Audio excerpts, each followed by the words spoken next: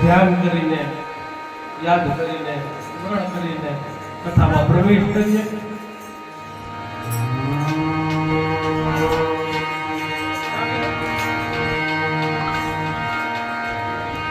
વક્રતુંડ મહાકાય વક્રતુંડ મહાકાય સૂર્યકોટી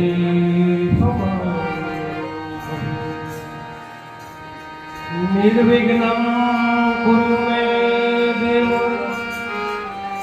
निर्विघ्नं कुरु मे देव सर्वकार्येषु मनोजवं मारुततुल्यवेगं जितेन्द्रियं बुद्धिमताम् वातात्मजं वानयोधमुख्यं श्रीरामदूतं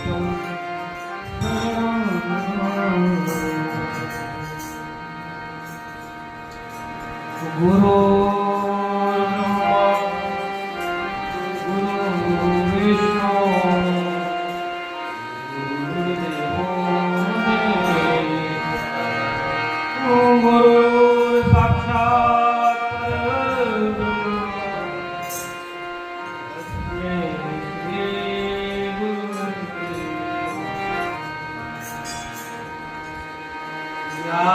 देवी सर्वभूतेषु मा विद्यारूपेण संस्थिता नमस्ते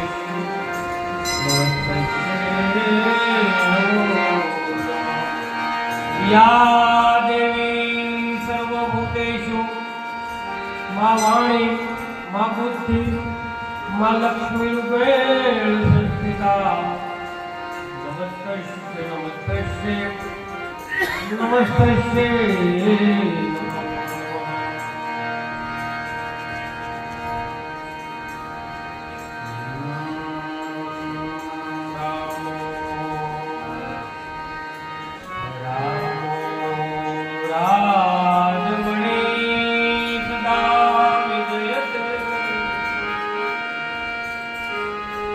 રામે રામે રામો રાજમણી સદા વિજયતે રામે રમેશં વદે રામે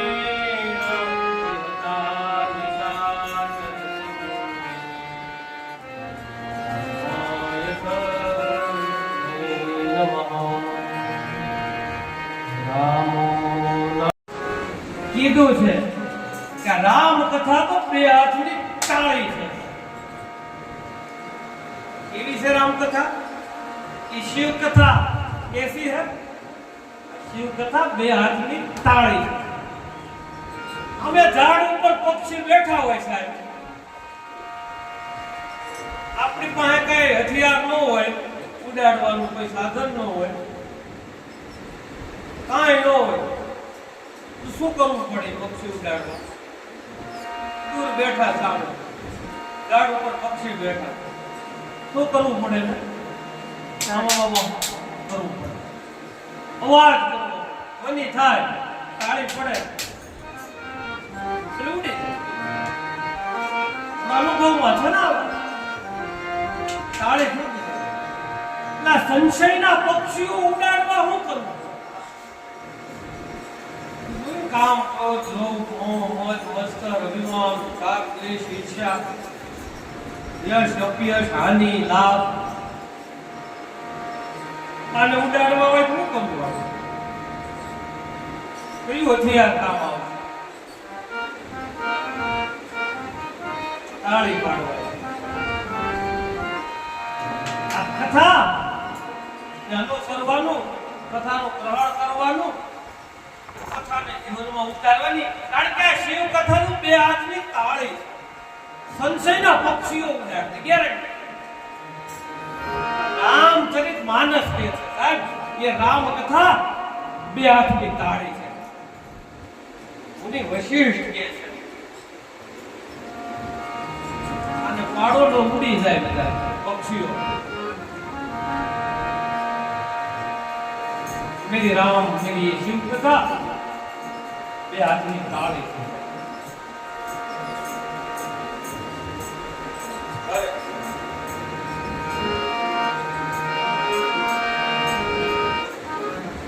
આ રામ કથા શિવ કથા કેવી છે? સંશયના પક્ષીઓ ઉડાડનાર, ફટકડી જેવી છે. કેવી છે? આગળ હજી ફટકડી પાણીમાં નાખો, કચરો બધો બે ઉપર જે બધું તરતું હોય બધું તળી જાય. પાણી કેવું થઈ જાય? ચોખ્ખું થઈ જાય, ક્લીન થઈ જાય. આ બધા ફટકડી જેવી છે.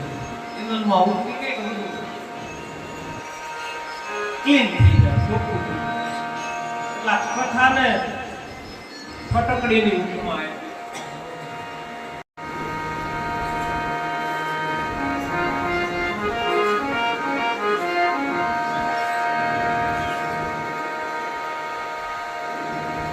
આપણે પ્રવેશ કરવો છે આગળની કથામાં, પણ એ પહેલા થોડી વાર કેવો સમય છે આ? ધ્યાન ન લાગે તો અધપતન થતા વાર ન લાગે. મનુષ્યની રીતના જીવવું જોઈએ બાપ. આપણે માનવી છે, મનુષ્ય છે, સમજણ વાળું પ્રાણી છે. મન, બુદ્ધિ, ચિત્ત અને અહંકારી વિશિષ્ટ આપ્યું છે. એટલે આને મોંઘો મૂલો કીધો છે અને અમૂલ્ય કીધો છે. રત્ન ચિંતામણી જેવો આ દેહ છે. આ ઇન્સ્ટ્રુમેન્ટ છે ભગવાન સુધી પહોંચવાનું છે. બીજા એકો યોનિમાં વ્યવસ્થા નથી.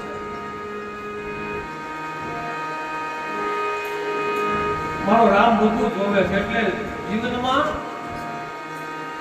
વિવેક બુદ્ધિ આપી છે આપણને. મન અને બુદ્ધિ બીજા પ્રાણીઓમાં નથી, અધમ છે, આપણામાં વિશિષ્ટ છે. એટલે મનુષ્ય શ્રેષ્ઠ કહેવાડો. એના જેવો બીજો કોઈ હોય નહીં. શ્રેષ્ઠ એટલા મનુષ્ય. राम जरूखे बैठ के सबका मुजरा देखते हैं. मारो राम बधाने जोड़ो छे. राम जरूखे बैठ के सबका मुजरा देखते हैं. ऐसी जिनकी चाकरी वैसा फल दे.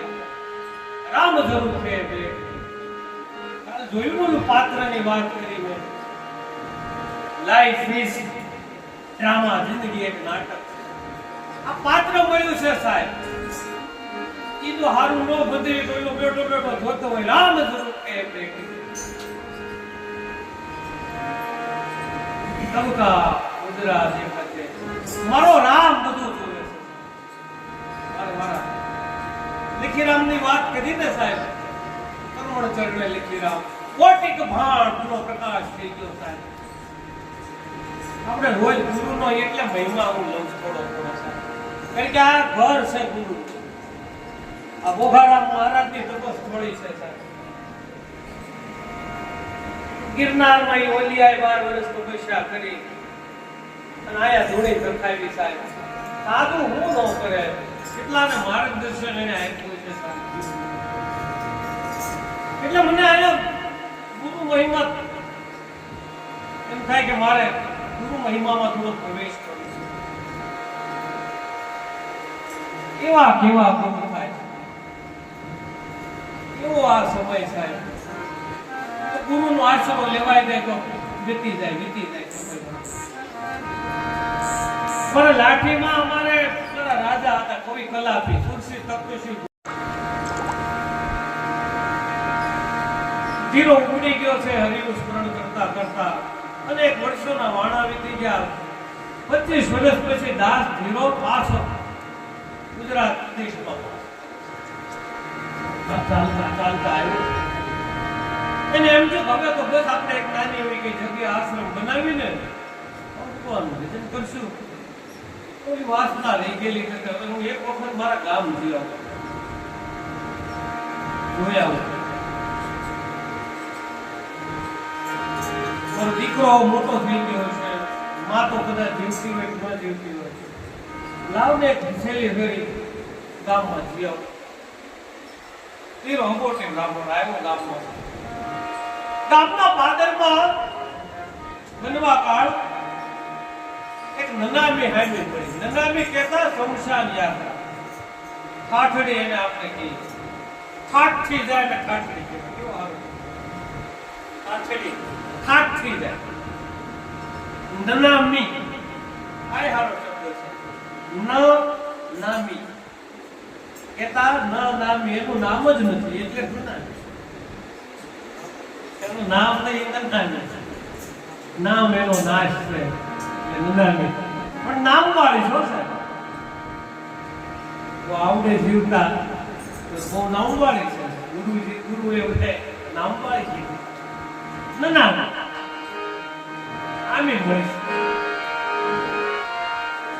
તેરા એમથી ગામમાં કોઈ મરણ થયું છે, મલ્લાનો જાળવો થઈ, મારે પણ જવું જોઈએ શમશાને.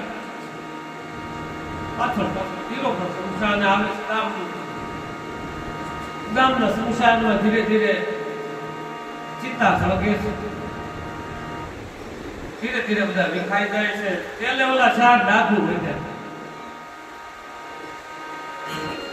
ભગત તમે કોણ છો? બધા વૈયા ગયા. તમે કોઈ સગા સંબંધ છે, તમને કોઈથી જોયા નથી ગામમાં.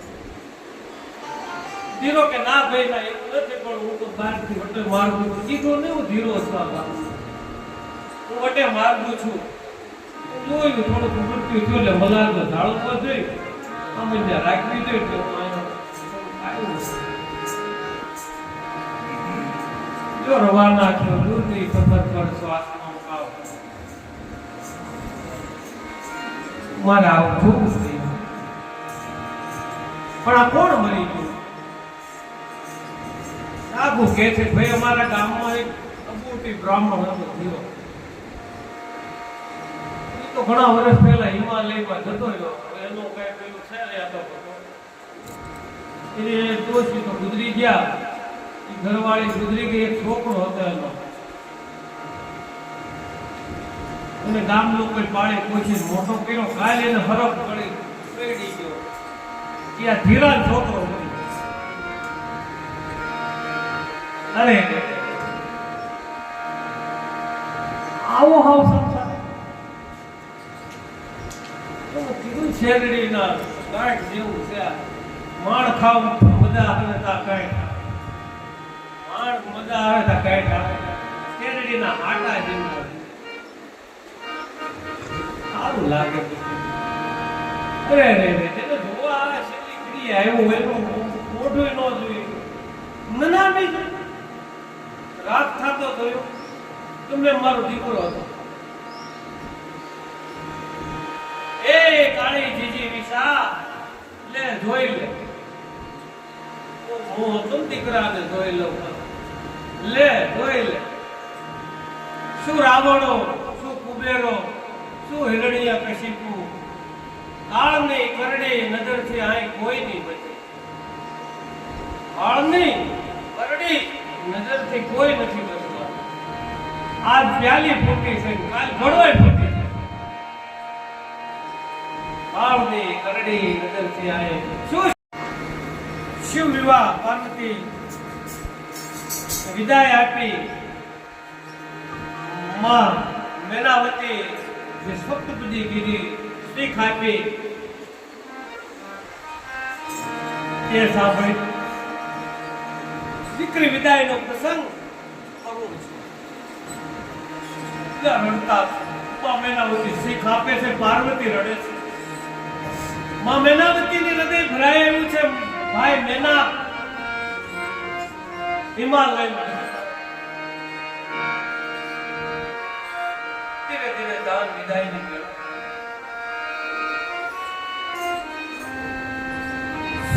सोनी पड़ी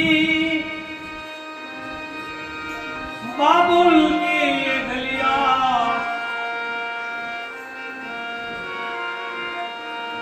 व्याकुल रह गई मैया मेरी.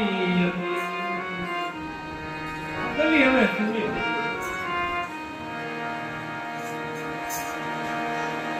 मारी मैया एक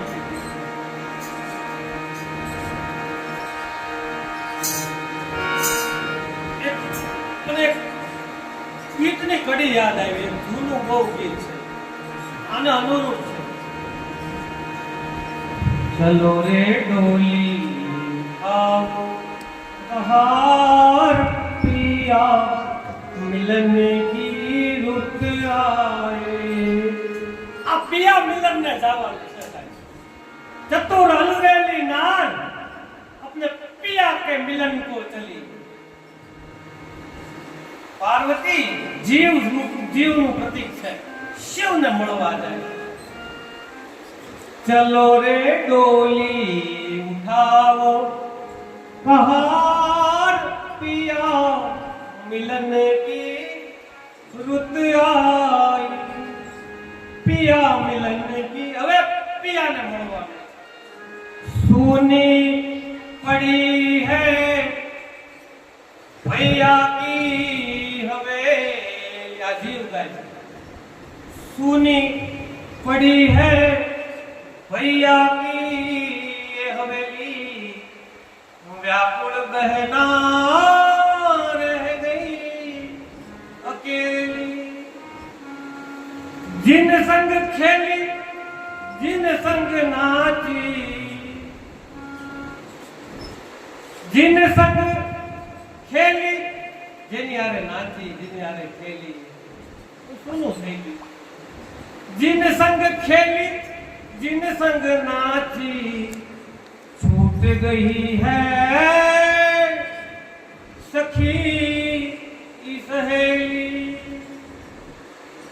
अब ना देरी लगाओ कहा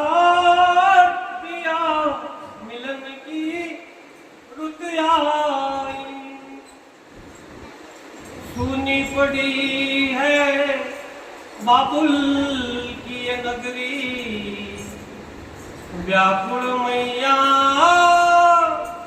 रह गई अकेली, जिन संग नाची जिन संग खेली, टूट गई है सखी। जल्दी से लई जाओ बाप, જેની આરે નાચી જેની આરે મોટી થઈ એવું બધું છૂટી જાય। મારા પિતાનો આ મહેલ, આ ઘર, આ નગરી, આ ગલી, મારી રોતી માં છૂટી જાય છે।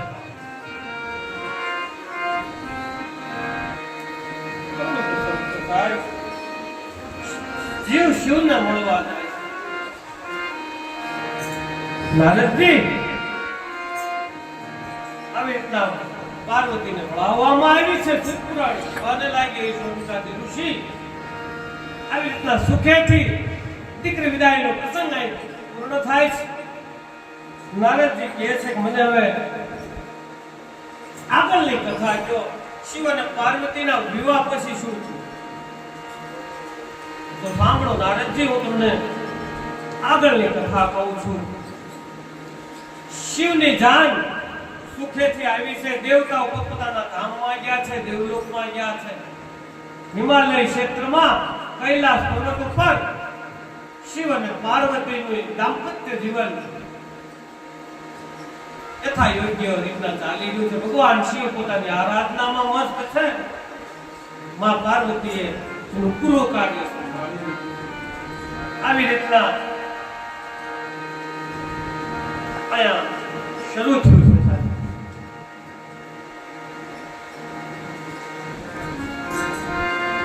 ધીરે ધીરે સમય વ્યતીત થઈ જાય છે।